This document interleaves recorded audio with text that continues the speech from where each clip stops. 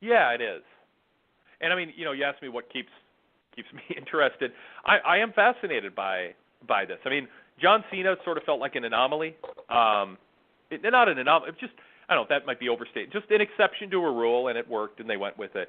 And then to now have it happen with Reigns again, I'm a little concerned. People are saying, well, that's just the way it's going to be. It's inevitable. I think Reigns is being booed for some similar reasons as Cena, and some very different reasons than Cena was, by a lot of the same people. I do not think that it's inevitable that whoever gets pushed the most is going to be booed by the 18 to 54 male demo.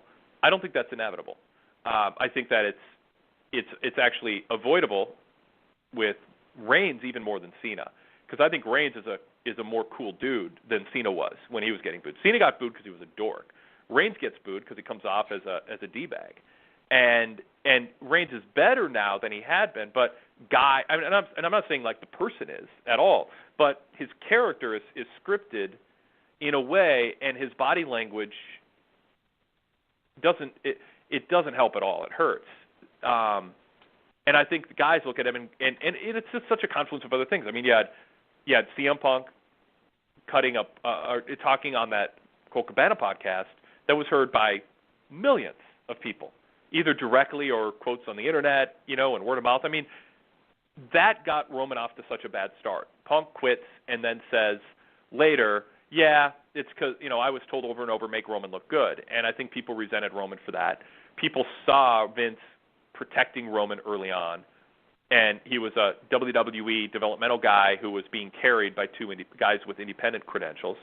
That worked against him. Then Daniel Bryan came along and got hugely over, and a lot of things worked against him. And then Roman with the vest and the video game style wrestling moves.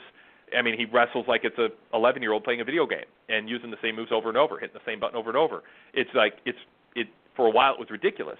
Now he's gotten better on the mic, and way better in the ring. Even if his moveset is still pretty limited, that's not disqualifying of being over. But I think the personality still hasn't connected with the audience yet. And I think if Reigns opened up to and seemed a little more vulnerable and a little more willing to bring wrestling fans into his world and not just act sort of above it, I think that it would go a long way. But I don't think that people in WWE think that's the problem. I think they are defaulting to it's just the way of society today. And we saw it with Cena, now we're seeing it with Reigns, and it has nothing to do with what we're doing, and it would happen no matter what, and there's nothing we can do to fix it. And I just disagree with that. I think that it could be fixed, and it wouldn't be that difficult, assuming Reigns has it in him to open himself up a little bit more, be a little more vulnerable, let his guard down a little bit.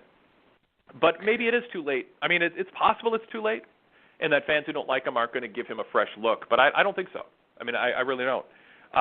So I don't think it'll be like this forever. But I do think that the vocal fans who go to WrestleMania and the day after WrestleMania and they're on a vacation and they drink, they start drinking beer at 2 p.m. instead of 8 p.m. and they don't have to get up for work the next day. Those fans are the ardent fans, and that's a different breed. And I think Vince writes them off as not being indicative of what he hears is happening at house shows, which is Reigns getting largely cheered most of the time. And so as long as the revenue is there, even if it frustrates Vince, I think that in his mind, Roman is the most over guy, but he's just over in a polarizing way. And he and his circle have resigned themselves to that as an inevitability.